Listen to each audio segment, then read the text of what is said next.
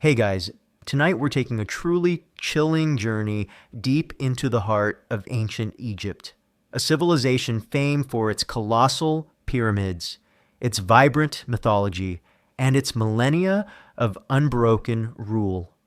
But we're not focusing on the grandeur of its monuments or the wisdom of its priests.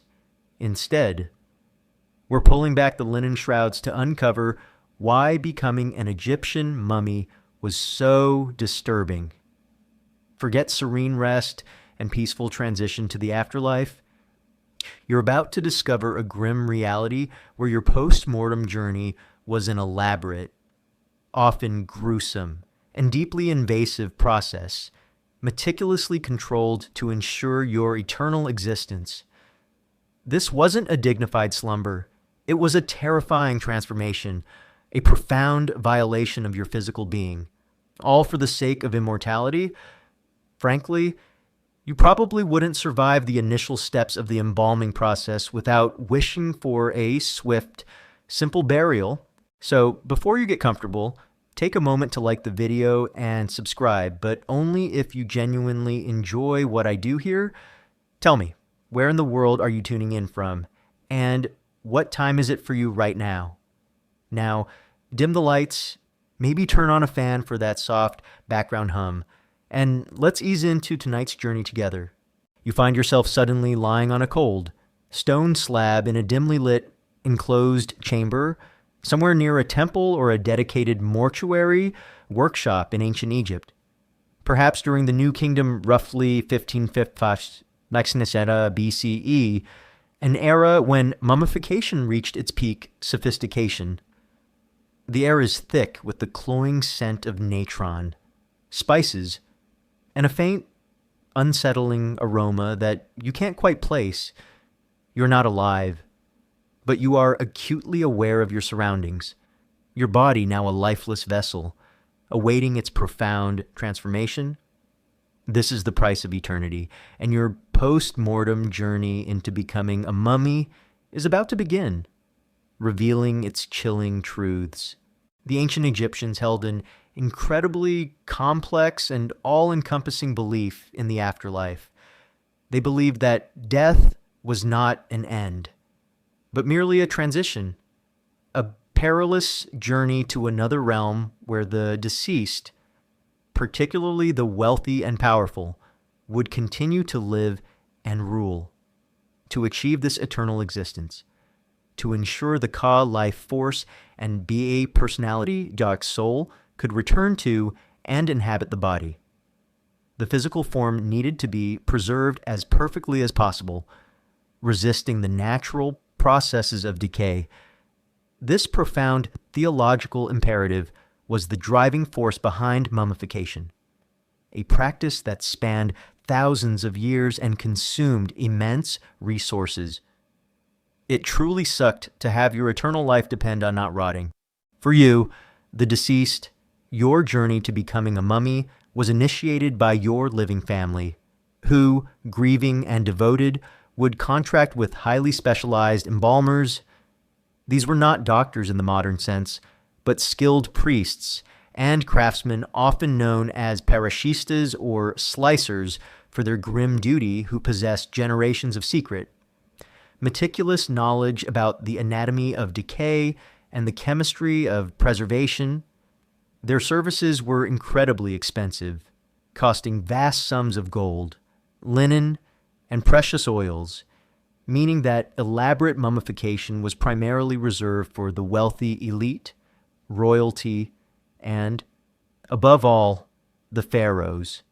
The common person would receive a simpler burial, perhaps desiccated by the desert sand itself. Your ability to afford this ticket to eternity reflected your status in life and guaranteed a horrifying post-mortem procedure. It truly sucked to have your afterlife be a luxury item. The entire process of mummification was highly ritualized and meticulously controlled, lasting a precise 70 days. This duration was not arbitrary. It symbolized the journey of the god Osiris through the underworld before his rebirth. A cosmic cycle that your own post-mortem transformation was believed to mimic.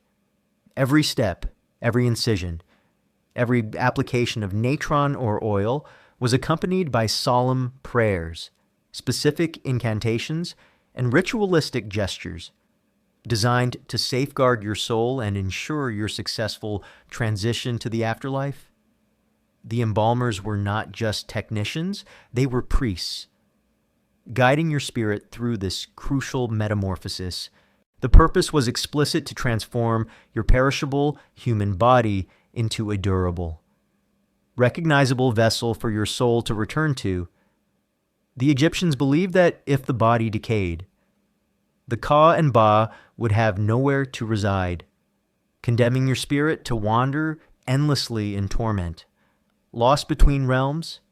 Thus, the physical preservation of your form was paramount, a vital link in the chain of your eternal existence.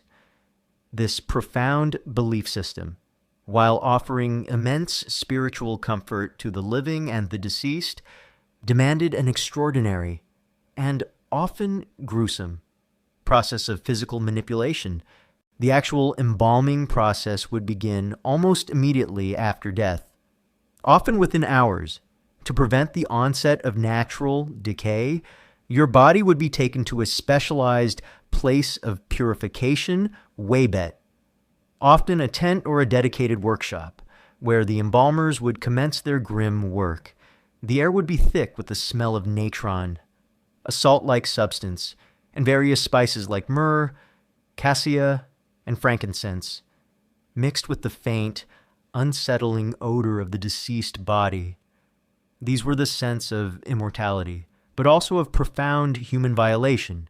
One common misconception is that all ancient Egyptians were mummified in the exact same elaborate way. In reality, the complexity and cost of mummification varied significantly across different social classes and time periods. While the process for pharaohs and high elites during the New Kingdom was indeed incredibly intricate and expensive, common people might receive much simpler and cheaper forms of preservation, or merely be buried in the hot, dry desert sand, which naturally desiccated their bodies.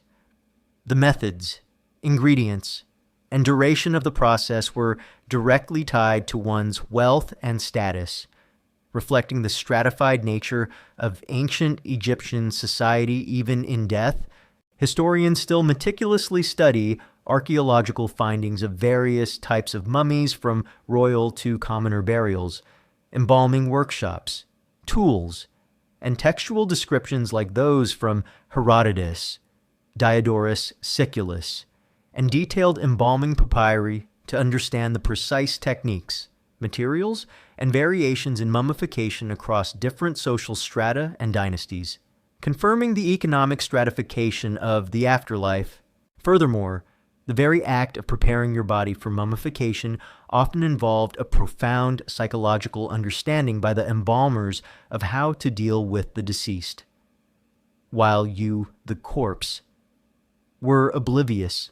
The meticulous process was also a performance for the grieving family, offering them a sense of continuity and ensuring their loved one's eternal well-being.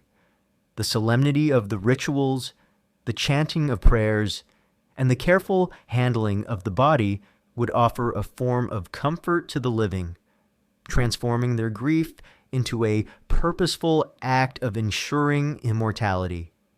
This unique blend of practical embalming and religious ritual was central to the process, ensuring that the science of mummification was deeply entwined with spiritual belief.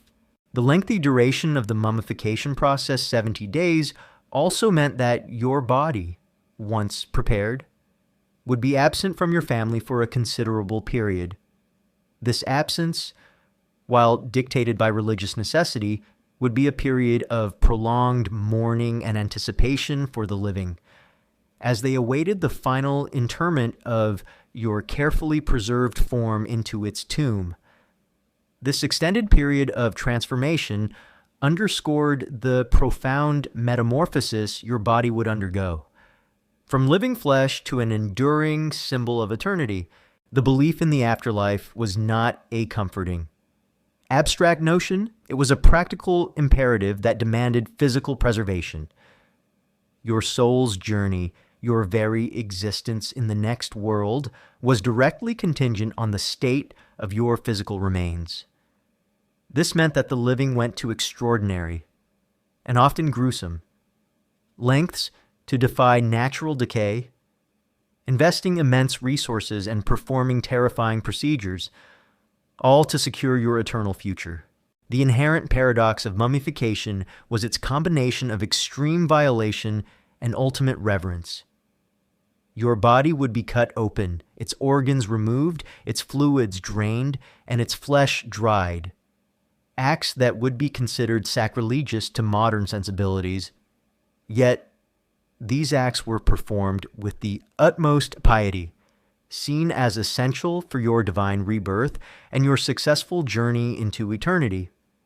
The violation was a necessary step towards ultimate spiritual salvation, a profound tension that defined the entire process. So, your initiation into becoming an Egyptian mummy began with the price of eternity, where your death merely marked the beginning of a profound post-mortem journey. This involved an elaborate, costly, and deeply invasive process of mummification, dictated by ancient beliefs in the afterlife. This meticulous, yet horrifying, transformation of your body into an enduring vessel for your soul was the first, and most foundational, aspect of why becoming an Egyptian mummy was so disturbing. Having embarked on your terrifying post-mortem journey, the very first, and arguably most gruesome. Step in becoming an Egyptian mummy involved a profound violation of your physical being, brain removal. Forget respectful repose. Your meticulous transformation began with a horrifying, intimate procedure of extracting your brain, making your initial steps towards immortality profoundly disturbing. Imagine the scene in the specialized mortuary workshop, the wabe meaning purifying place, where your body, now lifeless, lay on a stone slab, the air, thick with the scent of natron and spices, would also carry a faint, unsettling aroma of decay as the embalmers began their grim yet sacred work. The priest, acting as the overseer, might recite solemn prayers, but the work itself was a chillingly pragmatic act of anatomical manipulation designed to defy natural decomposition. It truly sucked to have your brain literally sucked out. The ancient Egyptians believed that the brain was not the seat of consciousness or emotion. They generally considered it a relatively unimportant organ. Its primary function was thought to be producing mucus, or simply filling the skull. However, they understood that its rapid decomposition after death could accelerate the decay of the entire body, thus compromising the mummification process. Therefore, its removal was a crucial, albeit disturbing, step in ensuring the body's long-term preservation. The most common method for brain removal, particularly from the New Kingdom onwards when mummification techniques were highly refined, was terrifyingly invasive. Embalmers would typically use a long, thin, hooked bronze instrument resembling a narrow, curved probe or a spatula. This instrument would be carefully inserted through your nostrils, specifically up through the ethmoid bone, a thin bone at the base of the skull, behind the nose, directly into the cranial cavity. Imagine a long, cold tool sliding into your nose, penetrating deep into your skull. Once inside, the instrument would be used to meticulously stir, churn, and liquefy your brain tissue. This wasn't a clean extraction. It was a process of scrambling and breaking down the delicate brain matter into a semi-liquid consistency.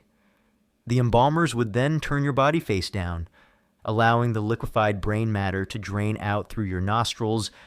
This crude, yet effective, method of draining the brain was a profoundly undignified and grotesque procedure leaving the cranial cavity largely empty.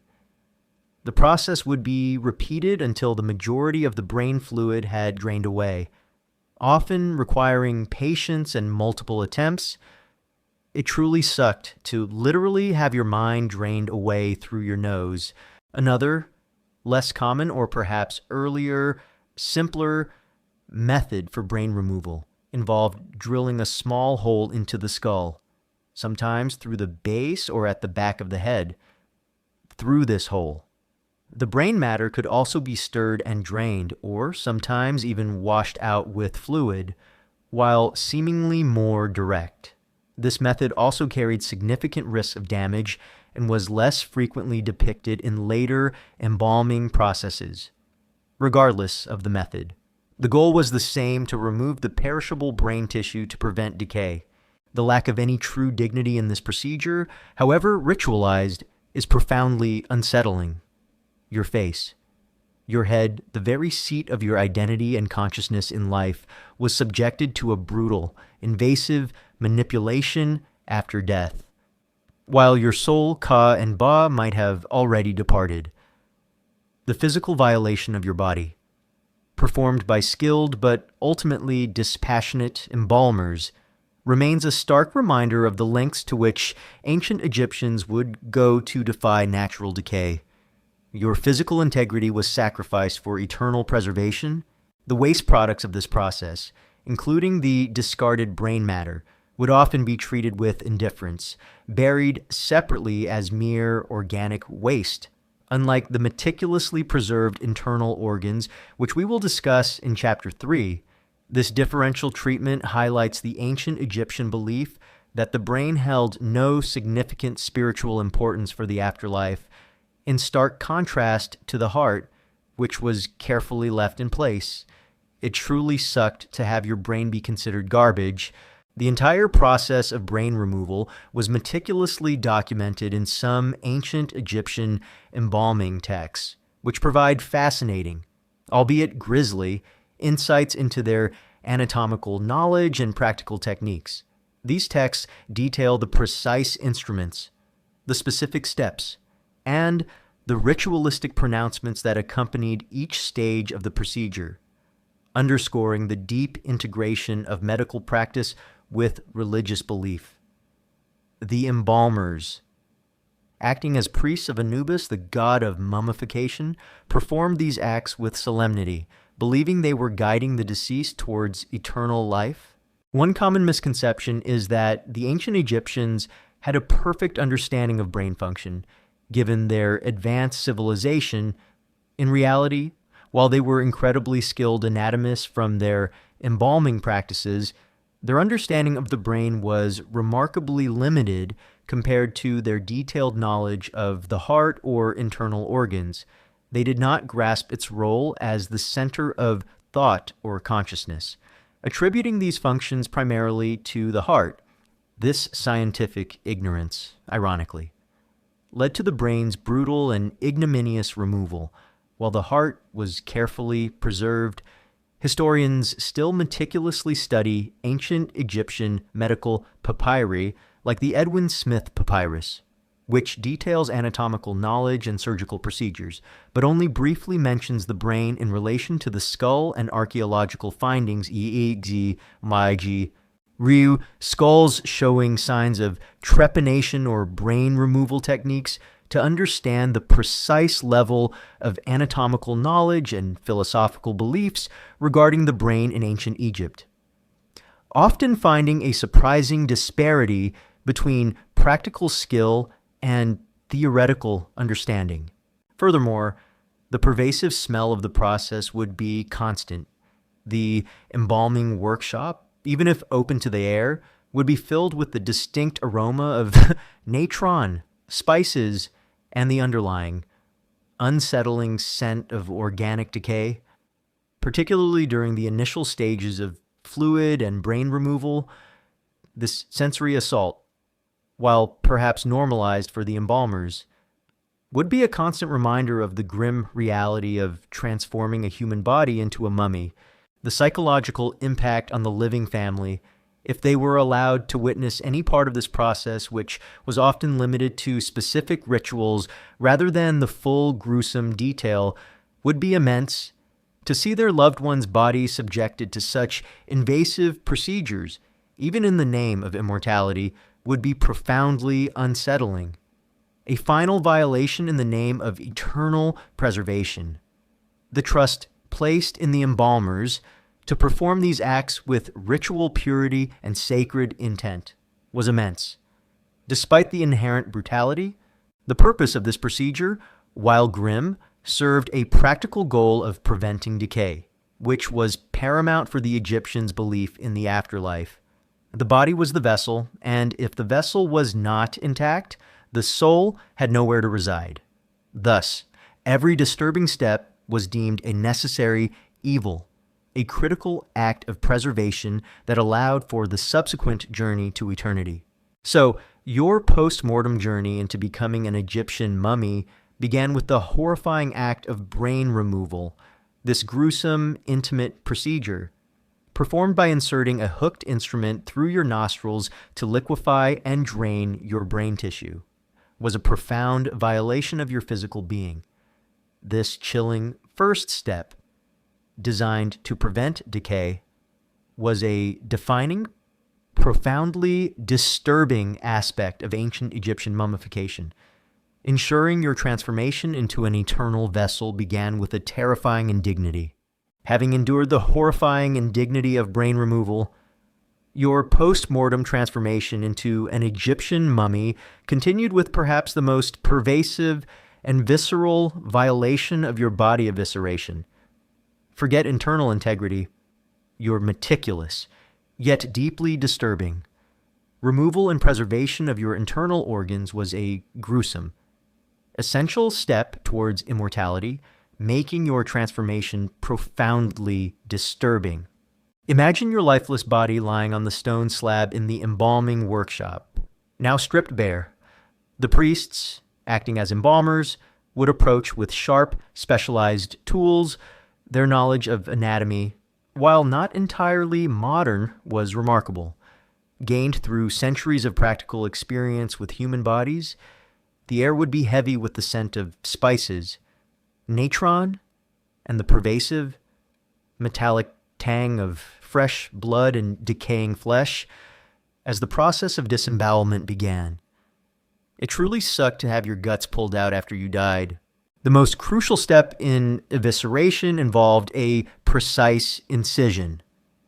For most mummies from the New Kingdom onwards, embalmers would typically make a single, long incision on the left side of your abdomen, just above the hip bone. This was a deliberate choice, perhaps to keep the scar less visible, or due to ritualistic significance.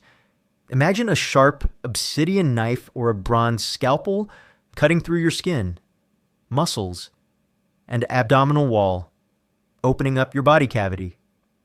This was a profound, systematic violation, a dispassionate act performed with skill, but without ceremony for your physical remains.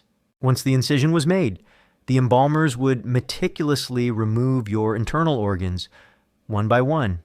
This was done by hand, reaching deep into the abdominal cavity, carefully detaching and extracting the stomach, intestines, liver, and lungs. Your heart, however, was treated differently. The ancient Egyptians believed the heart ib was the seat of intelligence, emotion, and the soul, essential for your judgment before Osiris in the Hall of Two Truths. Therefore, it was typically left in place within the body, ensuring your consciousness and moral essence remained intact for the afterlife. This distinction highlights their profound and intricate beliefs about post-mortem spiritual continuity. It truly sucked to have your heart be the only thing left. The removed organs were then subjected to their own rigorous preservation process. They would not simply be discarded. Each organ was meticulously dried separately with natron salt, the same desiccant used for the body to remove all moisture. Once dried, they would be anointed with aromatic resins and then individually wrapped in linen bandages. each of the four major organ stomach, intestines, livers, lungs would then be placed inside a specific canopic jar. These were ornate vessels, typically made of alabaster, pottery, or wood, each stoppered with a lid carved to represent one of the four sons of Horus Duamutef, Kebesenuef, Hapi, and Imseti, who were believed to protect these organs in the afterlife. Imagine your own organs, now dried and shriveled, carefully placed into these beautiful, symbolic containers destined to accompany you eternally, but physically separated from your body. It truly sucked to be organized so neatly in jars. The brain, as explored in Chapter 2, was generally discarded, but the other perishable internal organs were considered vital. The purpose of this meticulous removal and separate preservation was to prevent decomposition. The internal organs were the first parts of the body to decay after death, accelerating the overall process.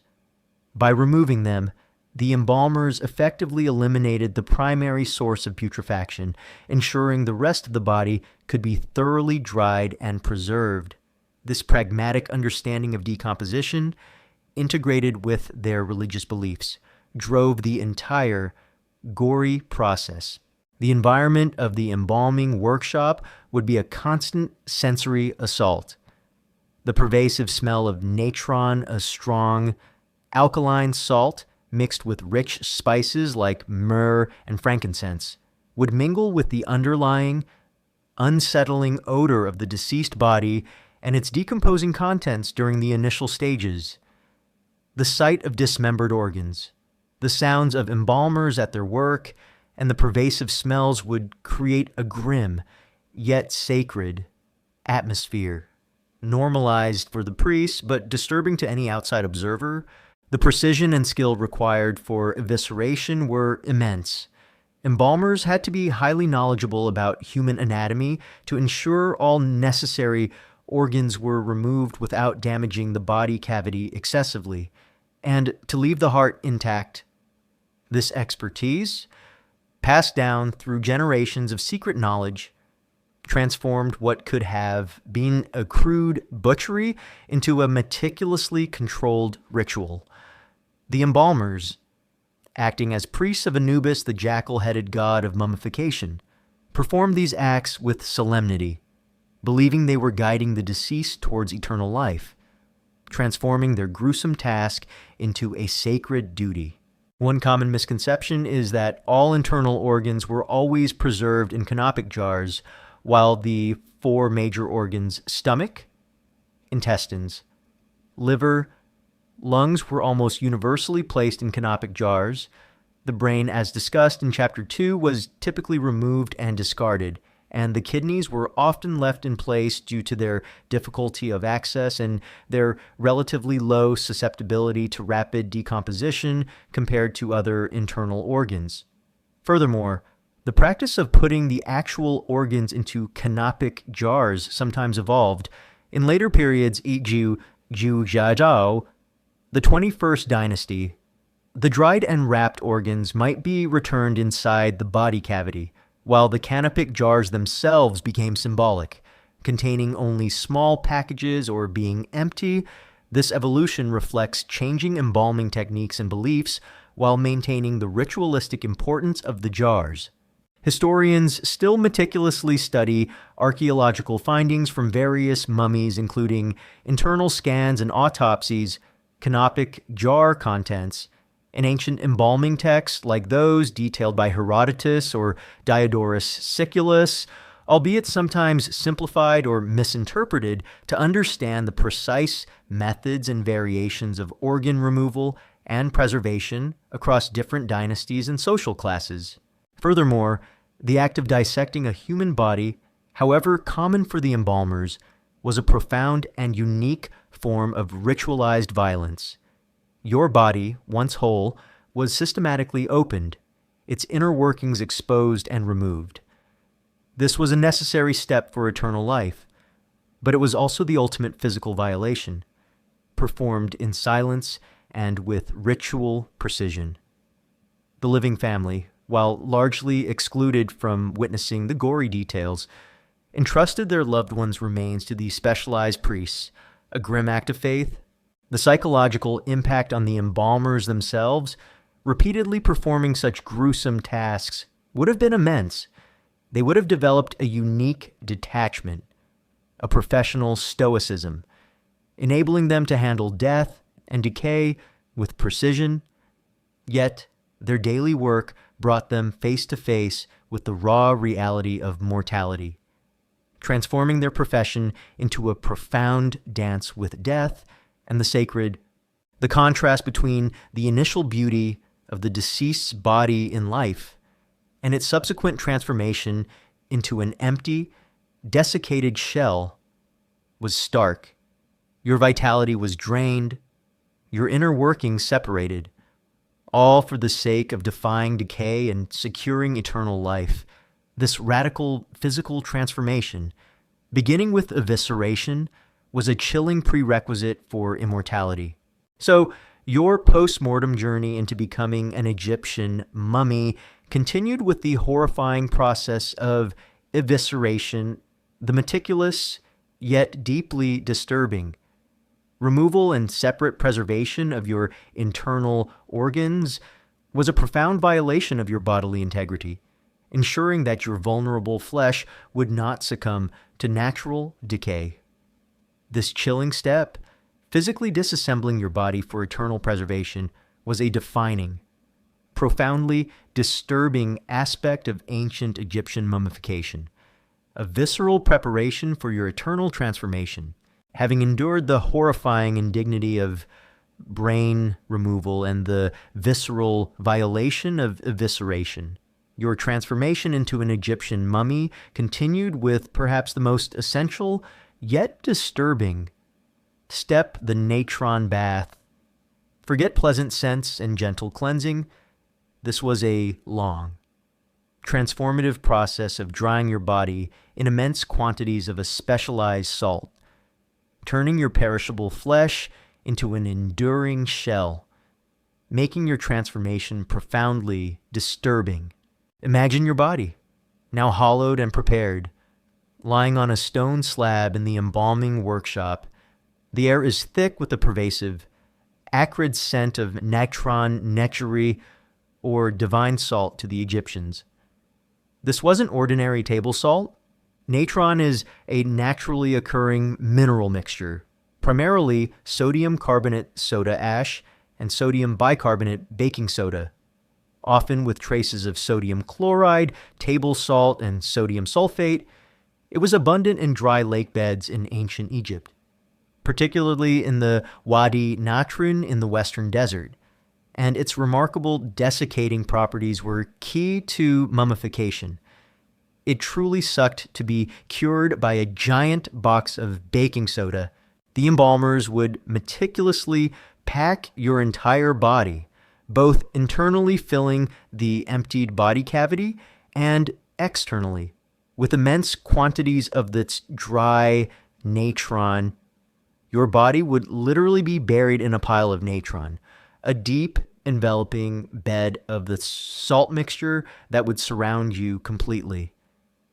Imagine the sensation. If you could still feel your skin slowly beginning to absorb the salt, pulling out every drop of moisture, your flesh gradually hardening and shrinking. This wasn't a quick process. Your body would remain in this natron bath for approximately 40 days, a crucial period of intense desiccation. The purpose of the natron bath was fundamentally to prevent decomposition by removing all moisture from your tissues. Bacteria, fungi, and other microorganisms that cause decay thrive in the presence of water. By thoroughly dehydrating the body, the embalmers effectively created an environment hostile to these agents of decay, ensuring your flesh would not putrefy. This pragmatic, yet disturbing, understanding of decomposition was central to their success in preserving bodies for millennia. The slower moisture was drawn out, the less cellular breakdown occurred, preventing bloating or rapid putrefaction. It really sucked to slowly dry out like a raisin. As the days turned into weeks in the natron bath, your body would undergo a profound, chilling transformation. Desiccation. Your flesh would gradually shrivel and harden as the natron absorbed all the water. Your skin would become leathery, your features might recede, and your overall size would visibly shrink as fluids evaporated. The pliable tissue of life would give way to a dry, rigid shell. Chemical alteration. The alkaline nature of natron would also chemically alter your tissues, making them less palatable to bacteria and further inhibiting decay. This transformation was irreversible, turning your body into a stable, enduring artifact. Odor control. While the initial days of embalming involved unpleasant smells, the natron bath effectively absorbed moisture and inhibited bacterial growth, gradually reducing the putrid odors of decomposition. The embalming workshop, by the end of the 40 days, would smell more of natron and spices than of decay, a testament to the salt's efficacy. The duration of the natron bath, 40 days out of the total 70-day mummification process, was highly significant. This period had strong ritualistic and symbolic meaning, mirroring the 40 days of mourning that ancient Egyptians observed, and perhaps even the mythological journey of Osiris through the underworld.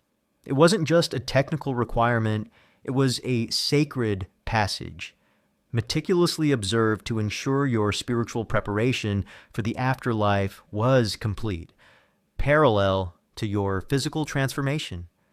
This meticulous adherence to a specific timeline, even when practical needs might suggest variation, highlights the deep integration of ritual into the science of mummification.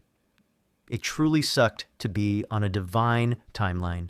The atmosphere in the embalming workshop during this long drying period would be one of solemn activity. Embalmers, acting as priests of Anubis, the jackal-headed god of mummification, would meticulously monitor your body's desiccation, perhaps turning you periodically to ensure even drying. They would be performing prayers and incantations, reinforcing the sacred nature of the process and guiding your spirit through its transition.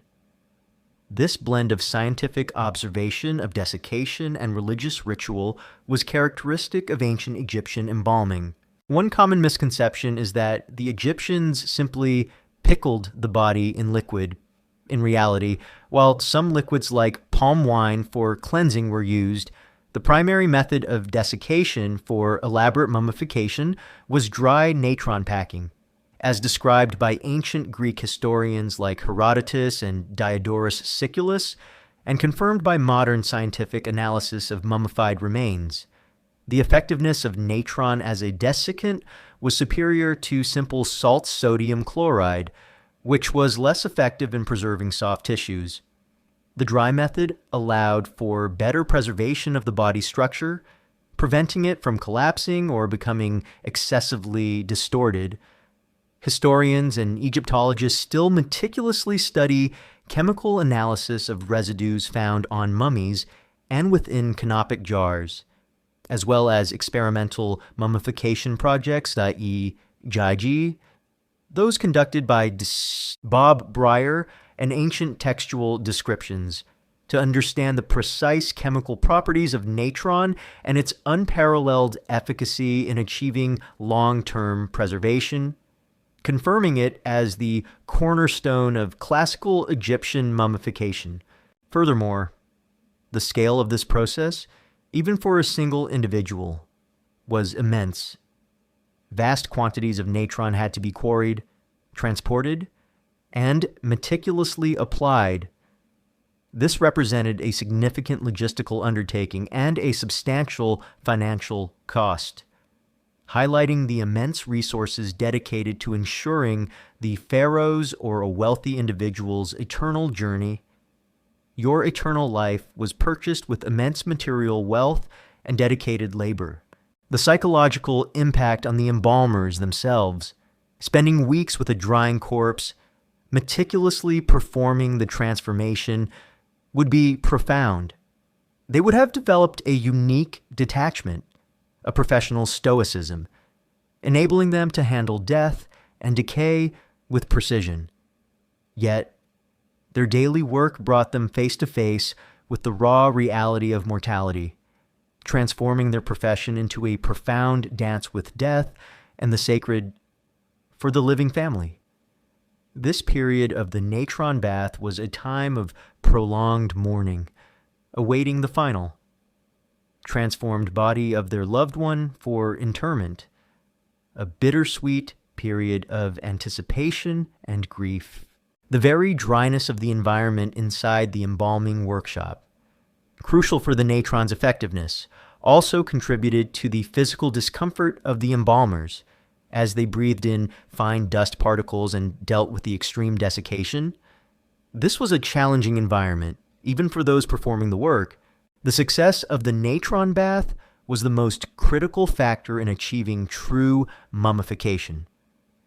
If the body was not thoroughly dried, if moisture remained, decomposition would inevitably set in, undermining all other efforts and condemning the deceased's soul to a restless afterlife. This high-stakes chemical process was thus central to the Egyptian belief system, linking earthly preservation to cosmic destiny. So, your post-mortem journey into becoming an Egyptian mummy involved the horrifying, yet essential, process of the natron bath. Your body was packed in immense quantities of specialized salt for 40 days, meticulously dehydrated to prevent decay and transform your flesh into an enduring shell. This chilling, long, and profound chemical alteration was a defining, profoundly disturbing aspect of ancient Egyptian mummification. Ensuring your transformation into an eternal vessel began with a transformative, desiccating ordeal, having endured the complete desiccation of your body in the natron bath. Your post-mortem transformation into an Egyptian mummy now entered a phase of eerie artistry, stuffing, and shaping. Forget serene. Natural repose. Your shriveled remains were meticulously reassembled and sculpted to a lifelike appearance, a grotesque yet profound reconstruction designed to ensure your eternal identity, making your transformation profoundly disturbing. Imagine your body after 40 days in the natron. It would be a stark, shriveled husk, completely devoid of moisture, its once plump flesh now tough and leathery, its features sunken and distorted by the intense desiccation. Your form, which in life was vibrant and full, would now be a rigid, almost alien shell. This was the raw material upon which the embalmers would perform their intricate restoration, bringing a semblance of life back to your lifeless remains. It truly sucked to be a human prune. The primary purpose of stuffing and shaping was to restore your lifelike appearance. The ancient Egyptians believed it was crucial for your ka-life force and be a personality taught soul to recognize your body after death, allowing them to return to it and ensure your successful existence in the afterlife. If your body was too distorted by desiccation, your soul might not recognize its vessel, condemning you to wander aimlessly in torment. Therefore, the embalmers, acting as skilled artisans and priests, meticulously worked to make your mummified remains as close to your living form, or an idealized version of it, as possible. The methods for this eerie reconstruction were both ingenious and disturbing. Internal stuffing, your hollowed-out body cavity from which organs were removed, as discussed in Chapter 3, would be carefully packed with various materials. This could include linen bandages, sawdust, sand, straw, or even aromatic resins and spices. The embalmers would meticulously push and shape these materials, restoring the plumpness of your torso and limbs, giving your body a more natural, three-dimensional form. Imagine your body being carefully restuffed like a doll, its contours meticulously reformed by unseen hands. Subcutaneous packing. For parts of the body that might have shrunk excessively or lost their natural curves like the cheeks, neck, or limbs, embalmers sometimes inserted pads of linen or sawdust directly under the skin, or even through small incisions. These insertions would plump up sunken areas, restoring a more youthful or lifelike appearance to your features. In some cases, mud or sand might be packed directly into the skin to fill out features. Eye restoration. Your eyes, sunken and shriveled by desiccation, were a particular focus.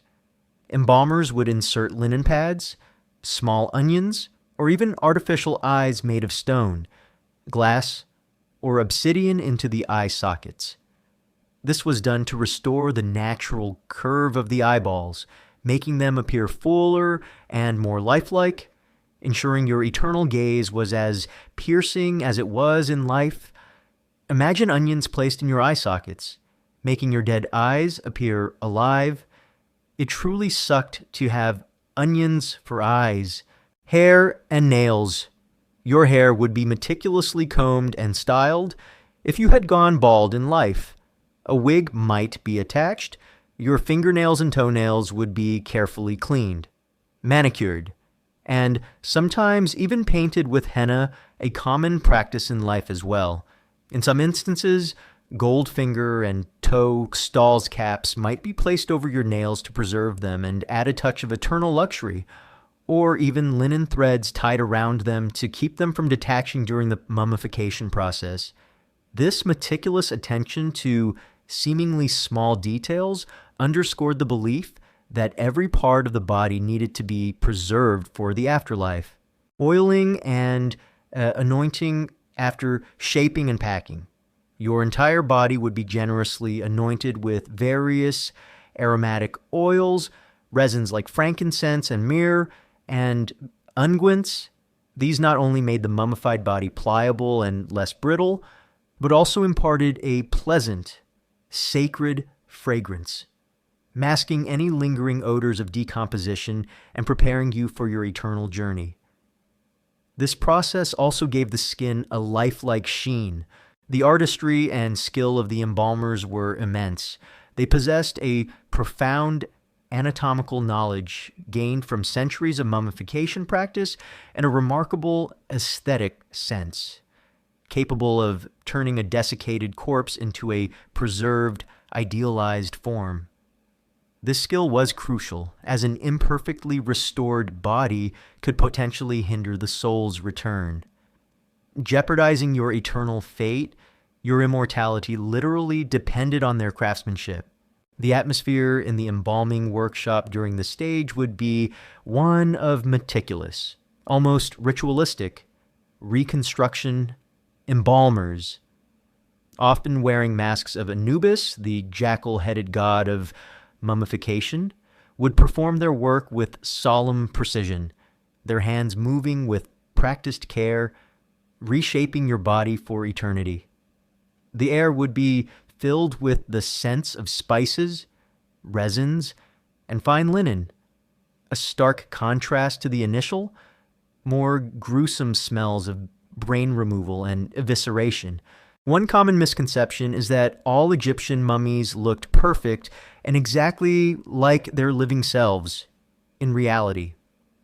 While some pharaohs like Ramesses II show remarkable preservation of facial features, the degree of lifelikeness varied greatly depending on the period. The skill of the embalmers, the quality of the materials used, and the initial condition of the body. Many mummies show significant shrinkage, distortion of features, or even loss of hair. The idealized images seen on mummy masks or sarcophagi often represented the desired eternal appearance.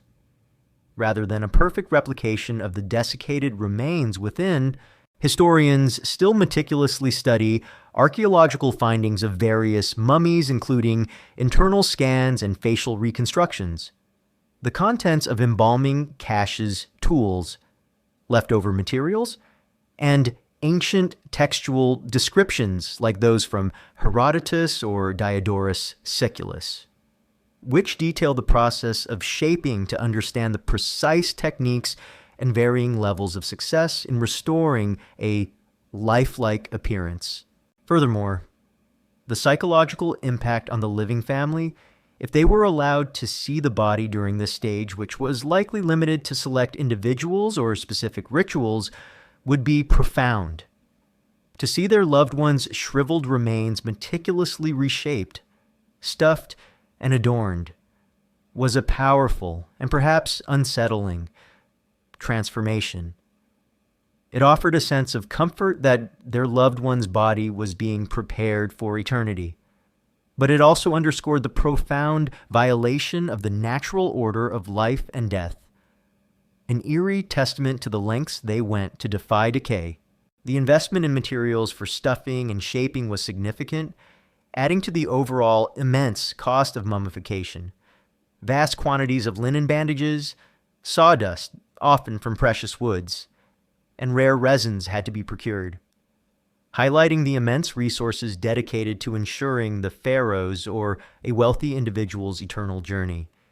Your eternal life was purchased with immense material, wealth, and dedicated labor. The goal of this meticulous restoration was not just aesthetic, it was profoundly spiritual. The lifelike form was believed to be vital for the Ka and Ba to recognize their vessel, allowing them to return and find eternal rest and sustenance. This connection between physical appearance and spiritual continuity made the embalmer's artistry a sacred duty, ensuring that your transformed body was suitable for your divine rebirth. The very contrast between the violence of the initial dismemberment and the reverence of this meticulous reconstruction was stark. Your body was broken down, then carefully built back up, transformed from a perishable human form into a permanent, enduring artifact, ready for its final journey into the afterlife.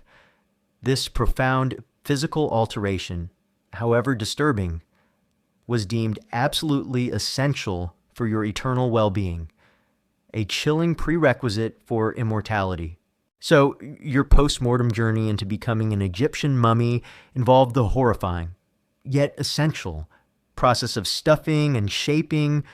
Your shriveled remains were meticulously packed and sculpted with linen, sawdust, and other materials to restore a lifelike form. And your eyes were recreated with eerie precision. This chilling artistry transforming your body into an enduring, idealized vessel was a defining, profoundly disturbing aspect of ancient Egyptian mummification. Ensuring your transformation for eternity was a meticulous, grotesque, and ultimately essential reconstruction. Having been transformed into a lifelike, yet lifeless form through meticulous stuffing and shaping, your transformation into an Egyptian mummy continued with perhaps the most iconic and profound step wrapping. Forget simple bandages. This was a meticulous, often claustrophobic, process of binding your body in endless layers of linen, designed for thousands of years of eternal preservation, making your transformation profoundly disturbing. Imagine your body, now dry and restored to a semblance of its living form, lying on the stone slab in the embalming workshop. The air is thick with the scent of spices, resins, and fine linen. Around you, the embalmers, priests of Anubis, move with solemn precision, their hands expertly handling vast quantities of linen. This final stage of mummification was a painstaking art form, a meticulous process of binding that aimed for both physical protection and spiritual completeness. It truly sucked to be gift-wrapped for eternity. The wrapping process typically involved hundreds of yards or meters of linen bandages, sometimes reaching up to several hundred square meters for a single mummy. This linen varied in quality, from fine, almost sheer cloth for inner layers to coarser fabric for outer wraps. The bandages were often recycled from old household linens, or specifically woven for funerary purposes. Imagine the sheer volume of fabric, patiently prepared and waiting to encase your body. The actual wrapping process was incredibly meticulous and time-consuming, often taking 15 days to complete. After the 40 days of natron bath and the shaping process, it was performed in distinct stages, each layer serving a specific purpose. Individual limb. Wrapping first, your fingers and toes would be individually wrapped, sometimes with each nail covered with gold stalls, caps as discussed in the ancient Egyptian beauty standards episode, or secured with linen thread to prevent detachment. Then, your hands and arms and your legs and feet would be wrapped separately, creating distinct bundles. This careful wrapping aimed to protect each digit and limb, ensuring physical integrity for eternity. Layer upon layer. Your body would then be wrapped in countless layers of linen bandages, applied methodically from head to toe. Each layer would be carefully wound, sometimes in overlapping spirals, sometimes in precise patterns. Different thicknesses and types of linen might be used for various layers, providing both protection and insulation. Imagine the rhythmic, continuous winding, feeling your body being slowly encased, layer by layer, in a tight, impenetrable shroud. Resin application between layers of linen. Embalmers would often apply copious amounts of warm resin.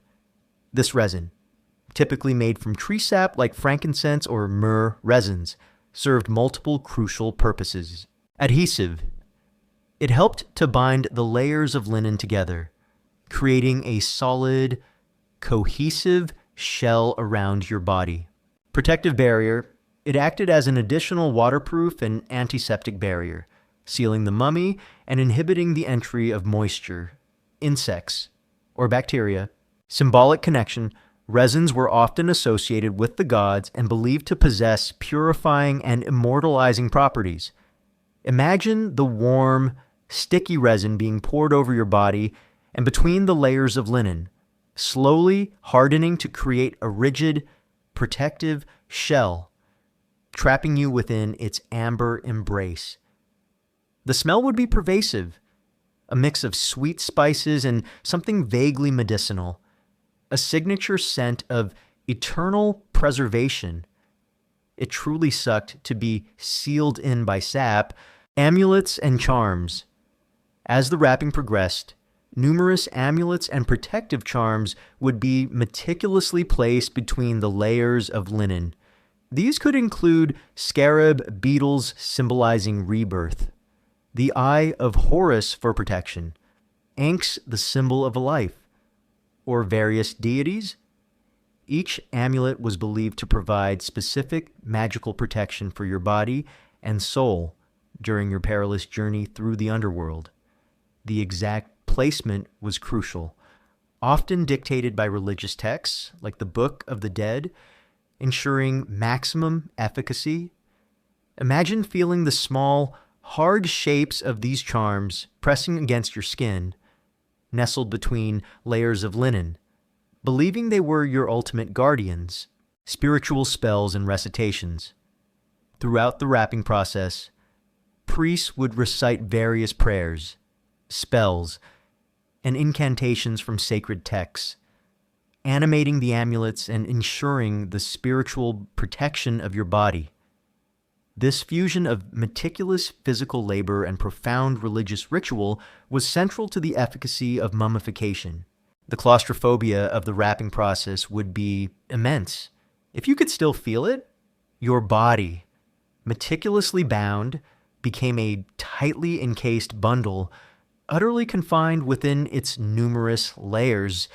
This tight binding, designed to maintain your form for the thousands of years, simultaneously created a profound sense of physical imprisonment, turning your preserved body into a living, or rather, eternal sarcophagus. The skill of the embalmers in this stage was paramount. A poorly wrapped mummy could easily come apart, damaging the preserved body and jeopardizing the soul's return. The precision, the layering, and the application of resin all required immense experience and careful attention to detail. Your eternal destiny literally depended on their manual dexterity. One common misconception is that all Egyptian mummies were wrapped identically.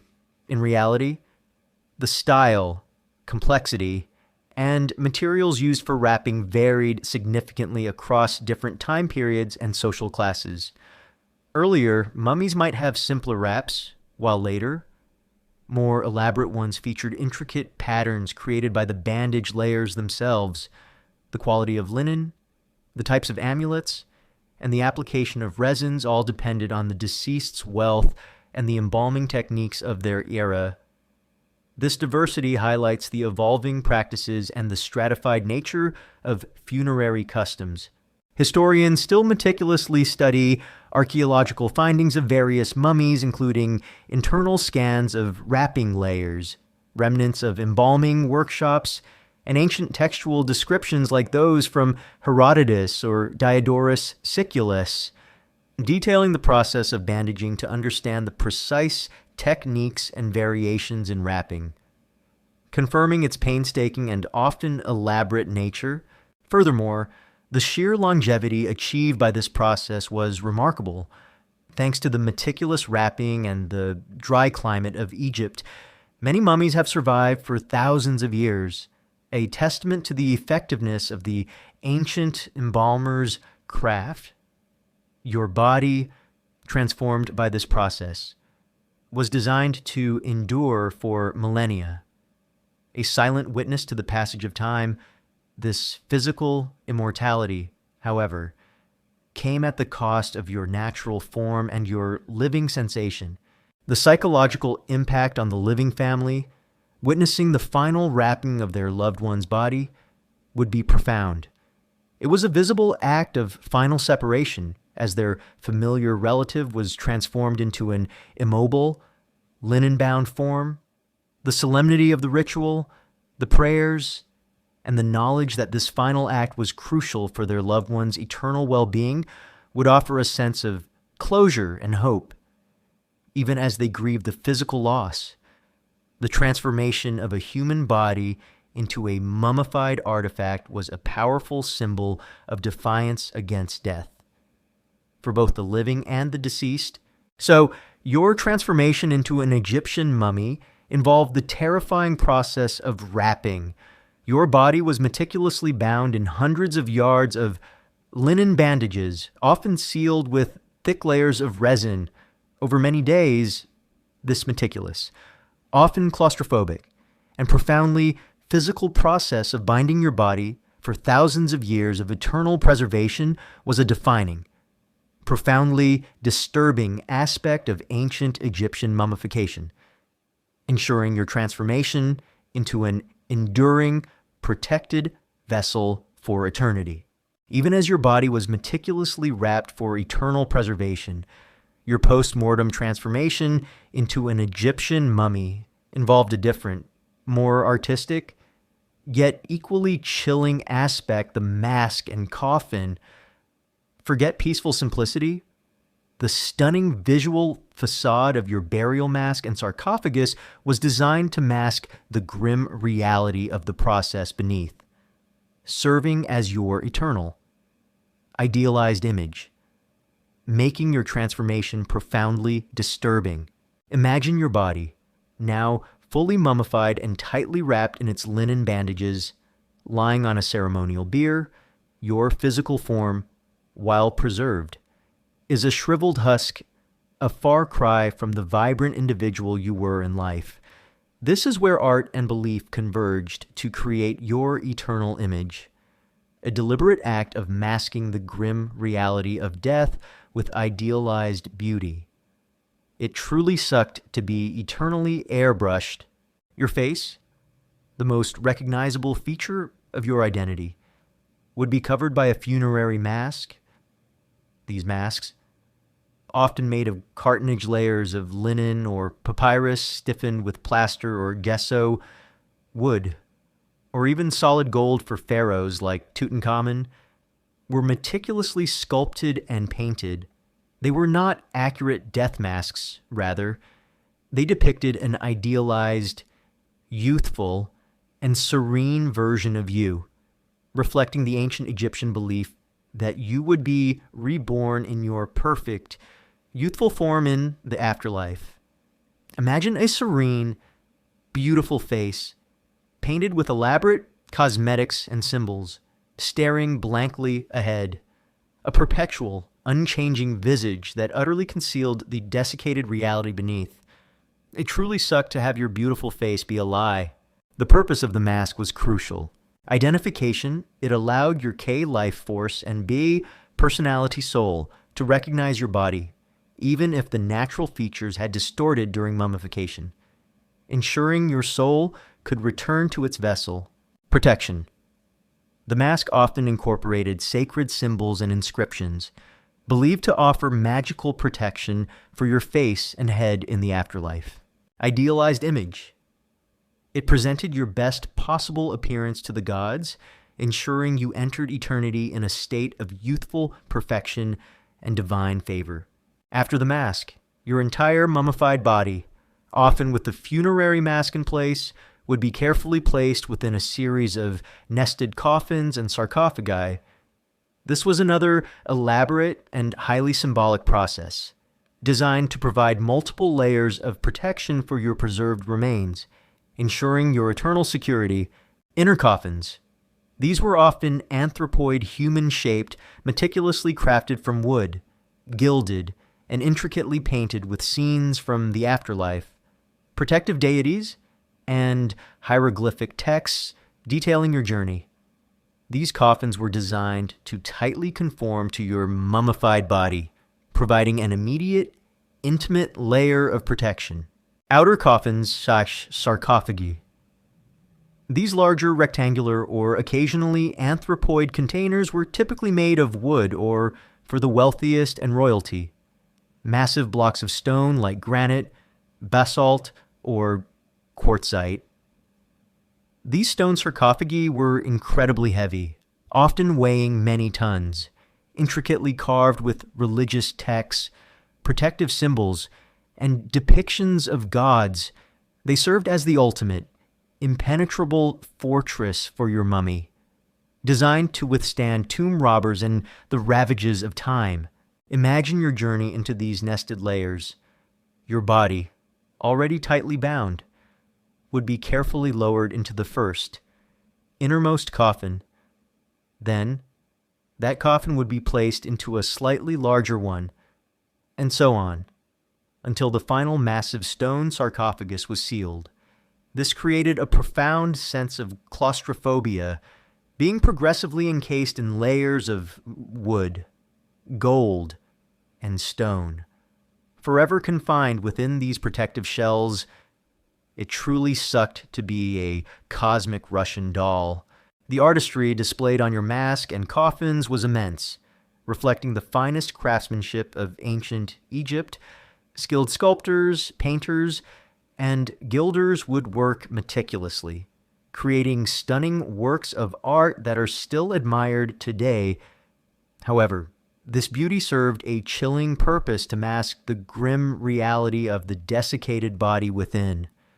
The vibrant colors and serene expressions on the outside concealed the hollowed, shriveled, and preserved remains that were once a living person.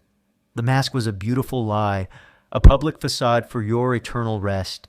One common misconception is that all ancient Egyptian mummies had gold masks, like Tutankhamun. In reality, solid gold burial masks were extremely rare, reserved exclusively for pharaohs and the wealthiest elite like Tutankhamun, who famously had a solid gold mask. Most funerary masks were made of cartonnage, wood, or plastered linen, meticulously painted and gilded, reflecting the deceased's status and wealth. The stunning gold mask of Tutankhamun is an iconic but highly unusual example, underscoring the immense wealth of the New Kingdom pharaohs. Historians still meticulously study archaeological findings of various funerary masks and coffins from different social classes and time periods. And the detailed descriptions in ancient texts, like the Book of the Dead, which details various spells and amulets for different parts of the body to understand the precise materials, craftsmanship, and symbolic significance of these funerary objects, confirming the stratification of afterlife preparations. Furthermore, the materials used for your coffins and sarcophagi were often imported and incredibly valuable: fine cedar wood from Lebanon, precious metals from Nubia, and rare stones from distant quarries were used, highlighting the immense economic investment required for your eternal resting place. Your afterlife was literally built from the wealth of the empire, ensuring that your ultimate comfort was achieved through significant material expenditure and the labor of countless individuals. The ritualistic significance of the mask and coffins was paramount. Each layer, each image, each inscription was designed to protect your body, guide your soul through the underworld, and ensure your successful rebirth. The texts inscribed on your coffins, often excerpts from the Book of the Dead, were not just decorations, they were functional spells, believed to activate the magical protections necessary for your eternal journey. Your ultimate destination, the Field of Reeds, required a perfectly preserved and protected vessel, and your elaborate sarcophagus was its ultimate shield. The psychological impact on the living family, witnessing their loved one's body transformed and encased in these layers, would be profound. It was a final, elaborate act of farewell, a visual transformation from physical corpse to eternal symbol. The beauty of the mask and coffins would offer a sense of comfort and ensure their loved one's dignified passage to the afterlife, even as it marked their ultimate separation. This ceremonial encapsulation, however, sealed the grim reality of death, transforming their loved one into an unchangeable, preserved artifact.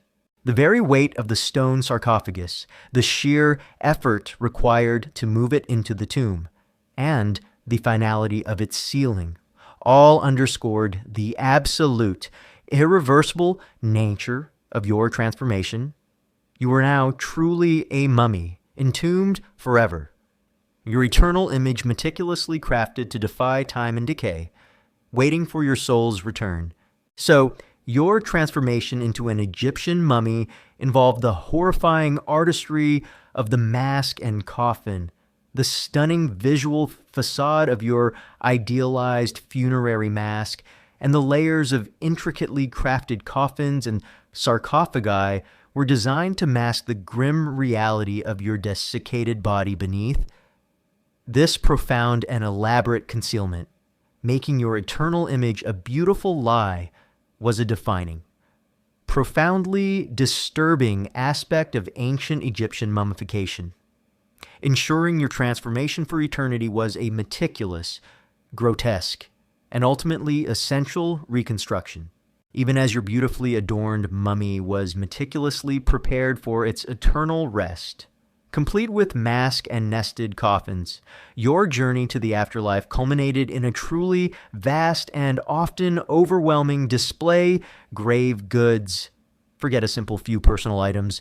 Your tomb would be filled with a dazzling array of treasures, food, and often, disturbingly, even sacrificed beings, all designed to provision you for an eternal journey and to reflect your immense wealth, making your transformation profoundly disturbing. Imagine the vast quantities of items destined to accompany you. For a pharaoh or a high-ranking noble, your tomb was conceived as an eternal replica of your earthly palace, designed to ensure your continued comfort, power, and prosperity in the afterlife. This meant that everything you enjoyed in life, or might need for your eternal existence, had to be provided for. The sheer scale of these provisions, accumulated over decades of your life and reign, was immense. It truly sucked to have your afterlife be a giant shopping spree. The types of grave goods included a bewildering and often overwhelming array of items. Food and drink provisions for your eternal sustenance were paramount. Your tomb would be filled with immense quantities of dried meats, beef, fowl, bread, grain, honey, wine, beer, and various fruits like dates and figs, all carefully prepared and placed in ornate jars, baskets, and storage containers. Imagine thousands of jars of food, meant to feed you for millennia, but designed to slowly spoil.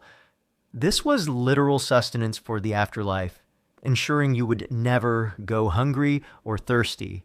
Even in the duat, personal possessions, your finest clothing, elaborate jewelry, gold, silver, precious stones, intricate furniture beds, chairs, tables, cosmetic tools, and various personal effects would be placed within your tomb, ensuring you lacked nothing you enjoyed in life.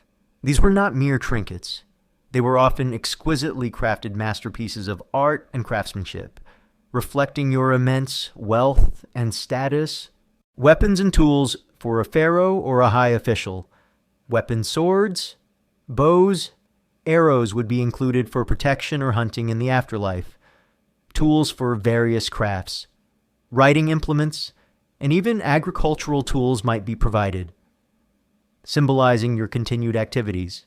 Games and entertainment board games like senet, musical instruments, and various forms of entertainment might be included, ensuring your eternal leisure was as enjoyable as your earthly life.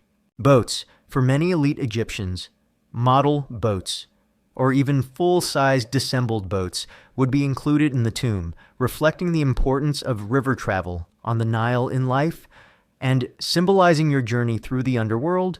These were believed to magically transport your soul beyond material possessions.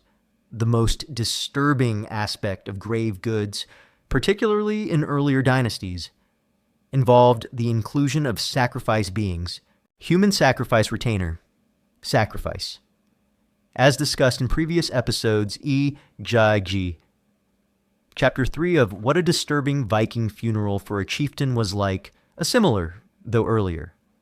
Practice existed in Egypt during the early dynastic period. Dynasties 0b2, pharaohs and very high-ranking officials were often buried with their actual living retainers. Hundreds of subsidiary graves surrounding the main royal tomb, containing the remains of palace guards, concubines, cooks, and servants, attest to this brutal practice. Their lives were extinguished to ensure their continued service to the deceased in the afterlife, turning them into living grave goods. Imagine a pharaoh's grand vision of eternity, including the direct, violent termination of hundreds of lives. It truly sucked to be a human grave good. Animal sacrifice. Even after human sacrifice largely ceased, the practice of sacrificing animals to accompany the deceased continued throughout much of ancient Egyptian history. Prized dogs, cats, monkeys, and various other beloved pets or symbolic animals would be killed and sometimes even mummified themselves to provide companionship and service in the afterlife. Imagine your favorite pet, sacrificed and preserved to join you in the tomb. This blend of affection and brutal ritual highlights a complex ancient worldview. Shabti figures. Ushabti. As human sacrifice largely faded, it was replaced by a more humane, though still disturbing in its implications, alternative Shabti figurines. These were small, mummiform figurines, often numbering in the hundreds or thousands. A wealthy individual might have 365 one for each day of the year, plus overseers, placed in the tomb. Each Shabti was inscribed with a magical spell from the Book of the Dead, designed to magically come to life in the afterlife and perform any manual labor or menial tasks that the deceased might be called upon to do. Imagine being eternally served by an army of magically animated dolls. This solution ensured the elite were exempt from labor even in eternity, perpetuating the social hierarchy beyond the grave. It truly sucked to be replaced by a paper doll army. The sheer volume and meticulous arrangement of these grave goods highlight the profound belief in a material afterlife. The goods were not merely symbolic, they were believed to be functional, magically animated to provide comfort and service to the deceased. The careful layout of the tomb chambers, the precise placement of each item, all were designed to ensure that the deceased lacked nothing in their eternal existence. This transformation of the tomb into a vast underground storehouse for eternity was a colossal undertaking. One common misconception is that all Egyptians were buried with immense treasures. In reality, the quantity and quality of grave goods varied immensely according to social status and wealth. Only pharaohs and the wealthiest elite could afford such extravagant provisions, while commoners might be buried with only a few simple pots or tools, reflecting the severe social stratification that persisted even in death. The treasures found in royal tombs like Tutankhamun's are exceptional and not representative of the average Egyptian burial. Historians still meticulously study archaeological findings from various tombs, from royal to commoner burials, inventories of grave goods, and ancient Egyptian texts detailing funerary practices to understand the precise economic, social, and religious motivations for the types and quantities of grave goods, confirming the highly stratified nature of afterlife provisions. Furthermore, the very act of creating these grave goods consumed immense human labor and resources during the deceased's lifetime. Artisans, scribes, and laborers would work for decades building and furnishing the tomb, often under brutal conditions as explored in What Sucked About Being a Craftsman for the Terracotta Army, Chapter 7, and The Terrible Human Cost of Building the Great Wall of China. Chapter 4, Your Eternal Comfort Was Literally Built on the Suffering and Toil of Others, a Grim Irony, the vulnerability to tomb robbery as discussed in The Disturbing World of Curses and Black Magic in Ancient Rome. Chapter 8, which also applied to Egypt, was also immense. The very wealth of the grave goods made the tomb an irresistible target for plunder. Despite elaborate traps, curses, and hidden passages, many tombs were indeed robbed throughout history, their contents scattered and their sacred purpose violated. This meant that your eternal provisions, so meticulously prepared, were never truly secure. Adding a layer of posthumous anxiety, the psychological impact on the living family, having spent vast resources and endured immense labor to provide these grave goods, would be profound. They were making immense sacrifices to ensure their loved ones' eternal well-being, a testament to their devotion and belief. The collective effort and the immense material wealth dedicated to the dead highlight the pervasive power of the afterlife belief system, ensuring that even after death, the deceased continued to exert immense influence on the living. The concept of your eternal needs was all-encompassing. You would need food for hunger, drink for thirst, clothes for warmth, tools for work performed by shabtas, and even entertainment for leisure.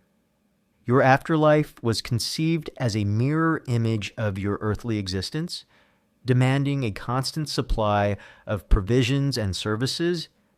This continuity, however comforting in its promise, was secured through immense material wealth and the often brutal exploitation of living labor. So, your post-mortem journey into becoming an Egyptian mummy culminated in a vast and often overwhelming display of grave goods. Your tomb would be filled with treasures, food, and disturbingly, either actual sacrificed beings in earlier dynasties or magical Shabti figurines. This colossal provisioning, ensuring your comfort for an eternal journey and reflecting your immense wealth, was a defining, profoundly disturbing aspect of ancient Egyptian mummification, ensuring your afterlife was a continuous reflection of your earthly power.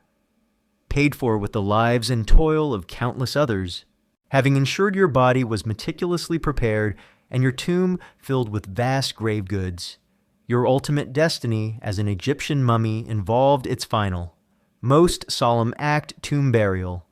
Forget a simple interment. Your claustrophobic placement in your eternal resting place, often built with elaborate traps and hidden passages, was designed not just for eternal security, but also to thwart the insidious threat of grave robbers, making your transformation profoundly disturbing. Imagine the final procession, not of mourning, but of profound finality. Your mummified body, now encased in its elaborate mask and nested coffins as explored in Chapter 7, would be transported from the embalming workshop to your meticulously prepared tomb, Gia, your eternal dwelling.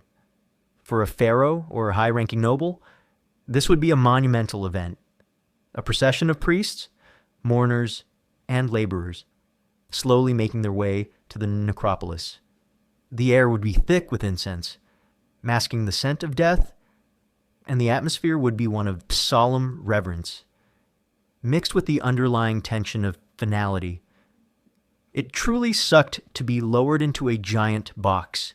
Your tomb itself was a marvel of ancient engineering and artistry, but it was designed as the ultimate fortress against intruders.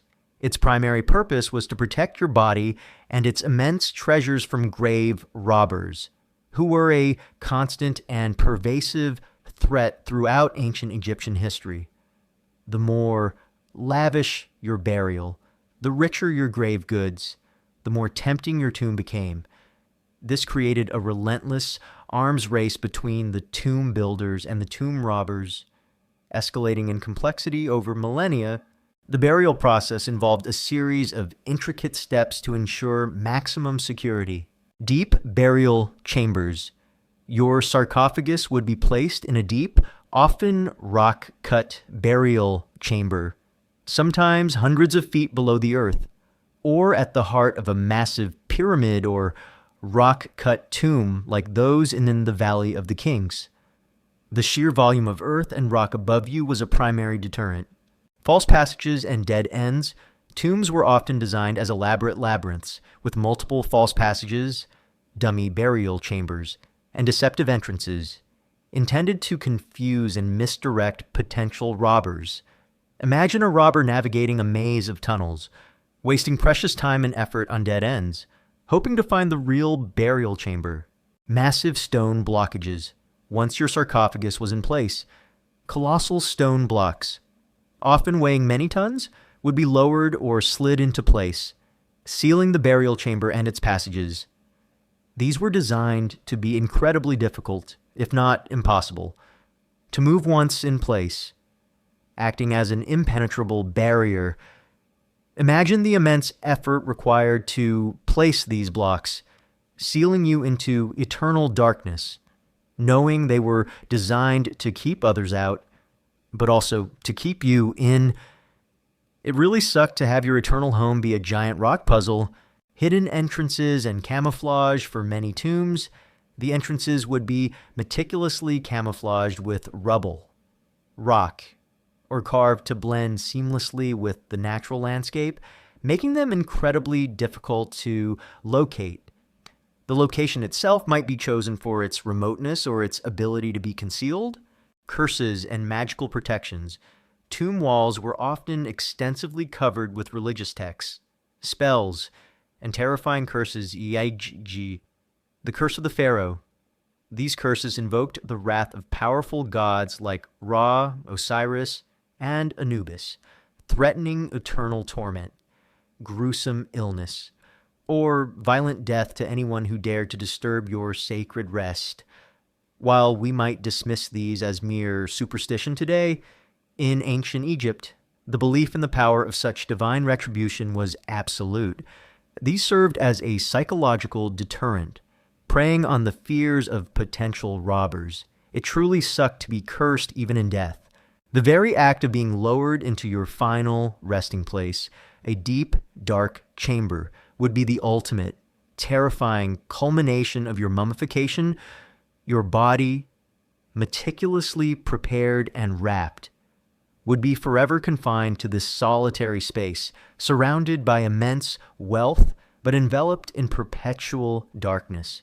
For those who believed in a spiritual awareness, even after death, the profound claustrophobia of this eternal confinement, buried beneath tons of earth and stone, would be immense. It truly sucked to be eternally confined in a box. The vulnerability to grave robbers was immense. Despite these elaborate protections, throughout ancient Egyptian history, tomb robbery was a pervasive and persistent problem, often driven by the immense allure of the treasures buried with the deceased. Despite all the elaborate traps, hidden passages, and curses, many royal and elite tombs were indeed plundered, their contents scattered, and their sacred purpose violated. This created a constant, posthumous battle between the desire for eternal rest and the greed of mortals. Imagine having spent decades preparing for your immortal journey, only for your eternal peace to be violently disturbed by thieves seeking your gold. It really sucked to be robbed in your tomb. Archaeological findings confirm this grim reality. Many magnificent tombs, even those within the Valley of the Kings, were found to have been extensively plundered in antiquity, while a few, like Tutankhamun's, remained relatively intact. They are the rare exception. The evidence of forced entry, broken seals, scattered remains, and missing treasures in countless tombs provides a chilling testament to the persistence and success of ancient grave robbers. This common historical fact highlights the perpetual battle for the integrity of the dead. Historians still meticulously study archaeological findings from plundered tombs, analyzing entry methods, patterns of theft, and remnants of grave goods, as well as ancient Egyptian legal documents detailing tomb robbery trials, the Turin judicial papyrus, detailing the widespread tomb robberies in the Valley of the Kings during the late New Kingdom, to understand the precise methods of robbery, the effectiveness of ancient security measures, and the pervasive nature of this crime throughout ancient Egyptian history. Furthermore, the psychological impact on the living descendants of a pharaoh whose tomb had been robbed would be profound. It was not just a material loss, it was a profound insult to their ancestors' memory, a violation of their lineage's honor, and a direct threat to the deceased's ability to achieve a successful afterlife. The disturbance of the tomb was believed to bring misfortune upon the living family. Adding to the psychological burden of this desecration, this fear of a posthumous violation was a constant anxiety for ruling pharaohs, driving them to create increasingly complex and secretive tombs. The very scale of the burial complex, with its vast underground chambers and intricate passages, was designed for your eternal comfort and protection. Yet, paradoxically, this grandeur often made them more visible targets for robbers, and their complexity made them dangerous even for those who built them. The immense human cost of constructing these tombs, as explored in How Ancient Chinese Emperors Really Lived. Chapter 7. A similar principle applied to Egyptian tomb builders also added a grim irony to your final resting place. Built on the toil and suffering of countless laborers, the solemn rituals performed during the actual interment of your sarcophagus within the tomb were crucial. Priests would perform final prayers, blessings, and sealing ceremonies, ensuring that your body was properly laid to rest and that the magical protections were activated.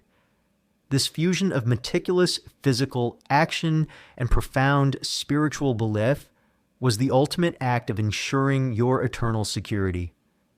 A final, desperate attempt to defy mortality and human greed. So, your post-mortem journey into becoming an Egyptian mummy culminated in the terrifying act of tomb burial. Your body was claustrophobically placed in its eternal resting place, surrounded by immense treasures, but constantly threatened by the insidious threat of grave robbers. This profound and elaborate interment, designed as an impenetrable fortress against violation, was a defining, profoundly disturbing aspect of ancient Egyptian mummification, ensuring that even in death, your peace was elusive and your sacred rest perpetually at risk from human avarice. You've endured the horrifying indignity of brain removal, suffered the visceral violation of evisceration, felt your body desiccated in the pervasive natron bath, been meticulously stuffed and shaped into a lifelike yet lifeless form, been bound in hundreds of yards of claustrophobic linen, seen your grim reality masked by a stunning funerary mask and nested coffins, witnessed your tomb filled with vast grave goods, including sacrificed humans and animals, and finally, been placed into your eternal resting place, O fortress designed to thwart grave robbers. As the phantom scent of ancient embalming oils fades and the imagined silence of your sealed tomb finally dissipates, a profound, lingering truth settles upon you. Becoming an Egyptian mummy was not a serene transition to the afterlife. It was a deeply disturbing blend of reverence, profound violation, and an obsessive, often futile, attempt to defy decay, leaving a ghoulish, unsettling legacy, the price of eternity. A post-mortem ordeal, consider the fundamental violation of your physical being that defined your entire post-mortem journey.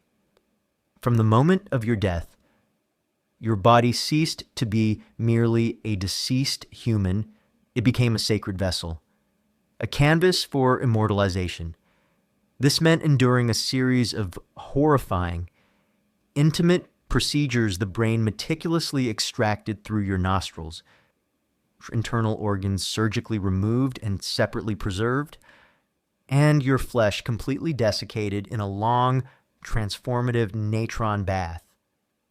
Your body was probed, cut, dried, stuffed, and reshaped with meticulous precision, all to defy the natural processes of decay.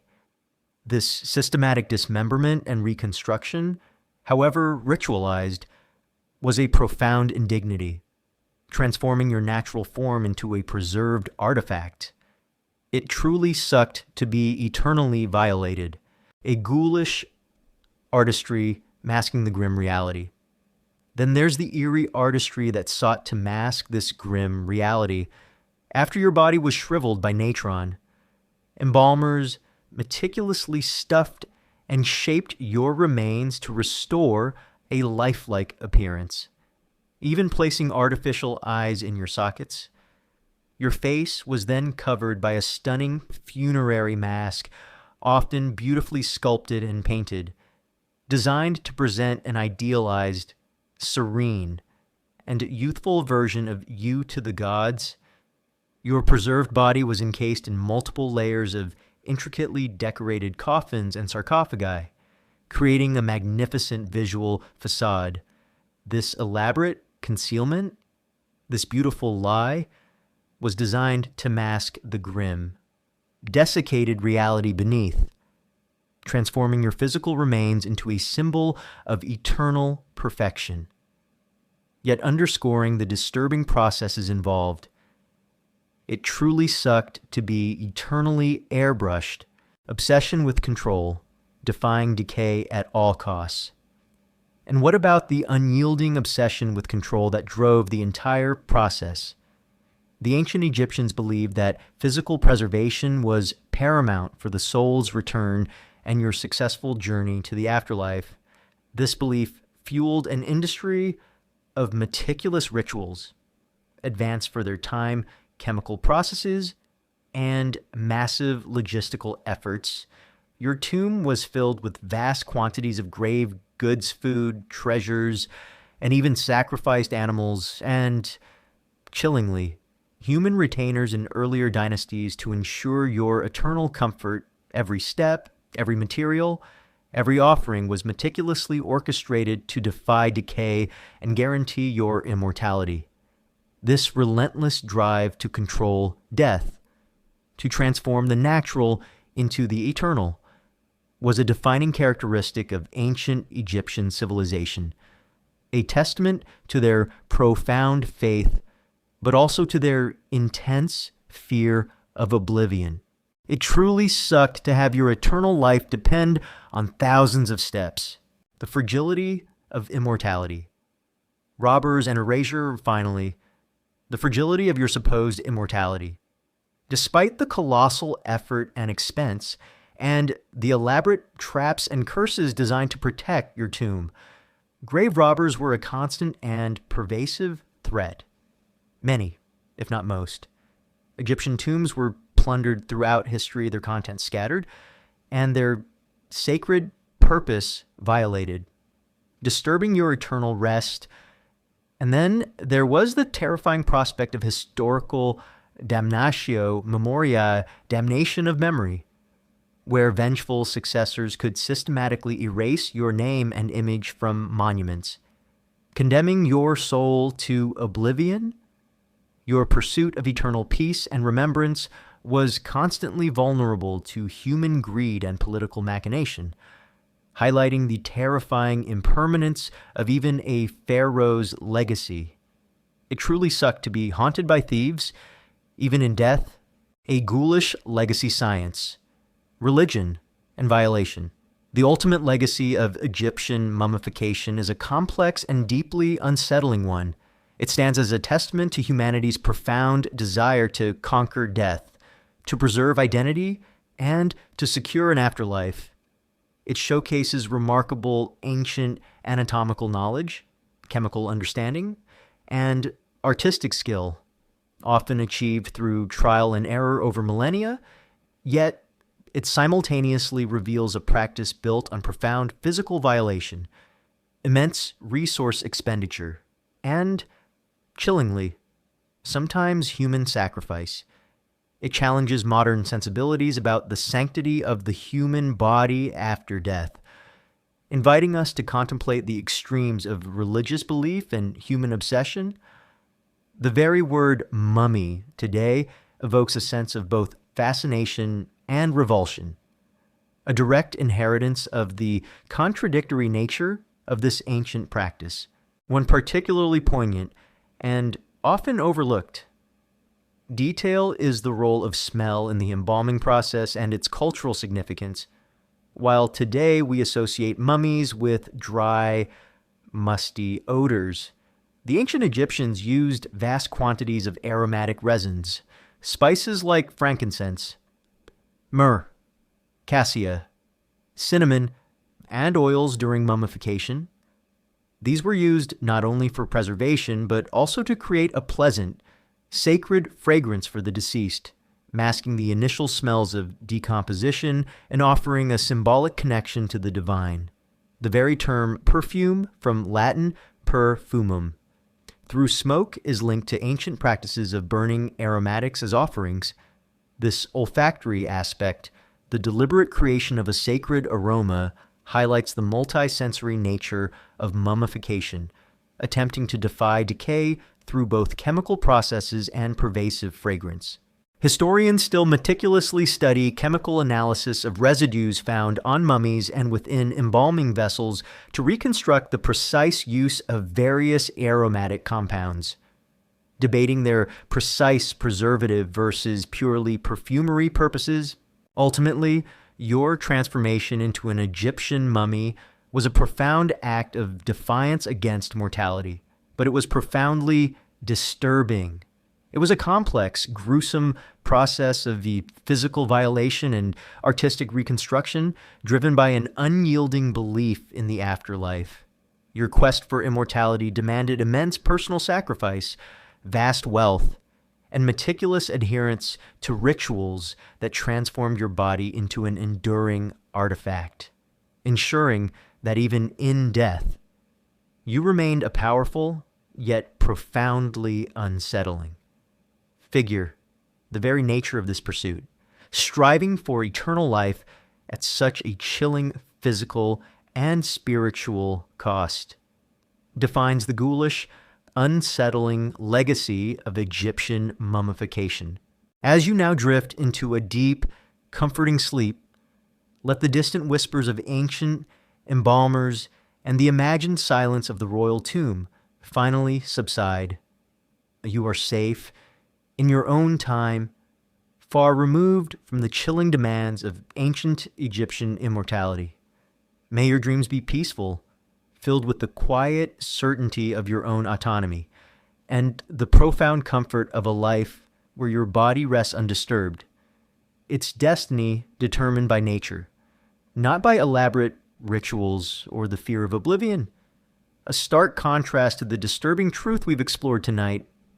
And now, good night, and have sweet dreams.